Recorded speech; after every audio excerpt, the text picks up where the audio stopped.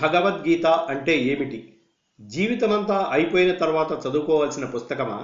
Retirement రోజు సహోద్యోగులు ఇచ్చే బహుమత? ఎవరైనా మరణించినప్పుడు ప్లే చేసే సీడీనా? అది కేవలం హిందువులదా? పని పాట వదిలేసి సన్యసించమని చెబుతోందా అది?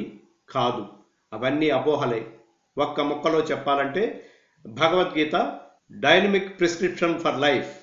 సంతృప్తి సంతోషాలు నిండిన జీవితం గడపాలంటే, చేస్తున్న పనిలో విజయం సాధించాలంటే గీతను అర్థం చేసుకోవాలి. భగవద్గీత హిందువులది కనుక నేను దాన్ని చదవను, నాకు దాని అవసరం లేదు అని చెప్పేవాళ్ళు ఎలాంటి వాళ్ళంటే, భూమి ఆకర్షణ సిద్ధాంతం న్యూటన్ కనిపెట్టాడు, అది బ్రిటిష్ వాళ్ళది, మనం దాని జోలికి పోవద్దు అనే వాళ్లతో సమానం. గీత భారతీయులందరిది.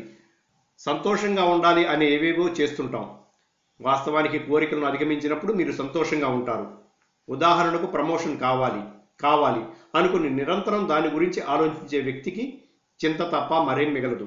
అదే తన పని తాను నిజాయితీగా సమర్థంగా చేసుకుపోయే వ్యక్తికి ఆలోచించనవసరం లేకుండా ప్రమోషన్ లభిస్తుంది. గీత చెప్పేది అదే. నీ పని నువ్వు చెయ్యి, ఫలితం గురించి ఆలోచించకు అని. సన్యాసం అనేది కాషాయ దుస్తులతో రాదు, అదొక మానసిక స్థితి. 100 మంది మధ్యన ఉన్న 100 పనులున్నా కూడా తామరాకు మీద నీటి బొట్టు మాదిరిగా ఉండటమే సన్యాసం అంటే. ఇంద్రియాలను అదుపులో పెట్టుకోవటం అంటే దాని అర్థం అన్నిటినీ వదిలేసి మిమ్మల్ని మీరు ఇబ్బంది పెట్టుకోవటం కాదు. ప్రపంచం అందిస్తున్న అన్నిటినీ ఇంద్రియాల సాయంతో తెలివిగా వాడుకోమని. అలా వాడుకుంటే ప్రశాంతత, తద్వారా విజయం లభిస్తాయి. ఒక క్రీడాకారుడు ఉన్నాడనుకోండి, అతని సామర్థ్యం, ఫిట్నెస్ అన్నీ ఒకేలా ఉన్నప్పటికీ ఒకరోజు విజయం సాధిస్తాడు, మరుసటి రోజు చిత్తుగా ఓడిపోతాడు. ఆ మర్నాడు మామూలైన ఆట తీరును ప్రదర్శిస్తాడు. ఎందుకలా? అదే మైండ్ చేసే మ్యాజిక్. మైండ్ ప్రశాంతంగా ఉంటే, ఉత్సాహంగా ఉంటే దేన్నైనా సాధించవచ్చు. ప్రశాంతతను సాధించడం ఎలాగో భగవద్గీత చెబుతుంది. కేవలం మీకోసమే అనుకుని మీరు చేసే పనుల్లో రాణించలేకపోవచ్చు. నేను అన్నదాన్ని అధిగమిస్తే మీకు కొంత శక్తి వస్తుంది. ఉదాహరణకు, కేవలం నా ఆనందం కోసమే ఆడుతున్నాను అనుకునే క్రీడాకారుడి భవిష్యత్తు అక్కడితో ఆగిపోతుంది. అదే దేశం కోసం ఆడాలి అనుకుంటే వెంటనే అతడిలో కొత్త ఉత్సాహం వస్తుంది. ఏకాగ్రతతో ఆడతాడు, అతన్ని విజయం వరిస్తుంది. నా కోసం కాదు అనుకుని చూడండి. ఏ పనిలోనైనా మీకు బాధ్యత పెరుగుతుంది, ఏకాగ్రత పెరుగుతుంది. భగవద్గీత చెప్పేది అదే. అసలు భగవద్గీత ఏం చెబుతుంది? ధర్మాధర్మాల గురించి చెబుతుంది, కర్తవ్యం గురించి చెబుతుంది. నాగరికత అంటే కోరికలను తీర్చుకోవటం కాదు, అదుపులో పెట్టుకోవటం అని చెబుతుంది. ఆనందంగా జీవించడం అంటే ఎలాగో చెబుతుంది. సుఖం, శాంతి, త్యాగం, యోగం అంటే ఏమిటో చెబుతుంది. ఏది శాశ్వతమో ఏది అశాశ్వతమో చెబుతుంది.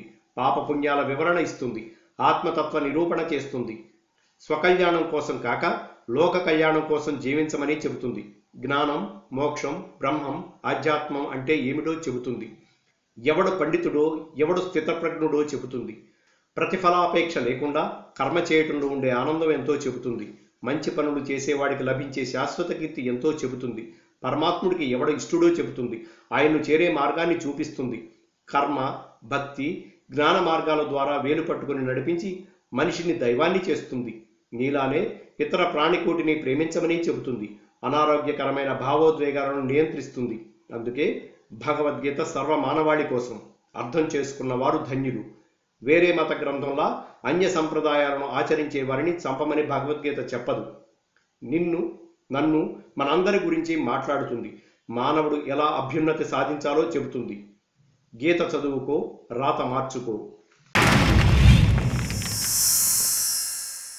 Like and subscribe Eagle Media Works.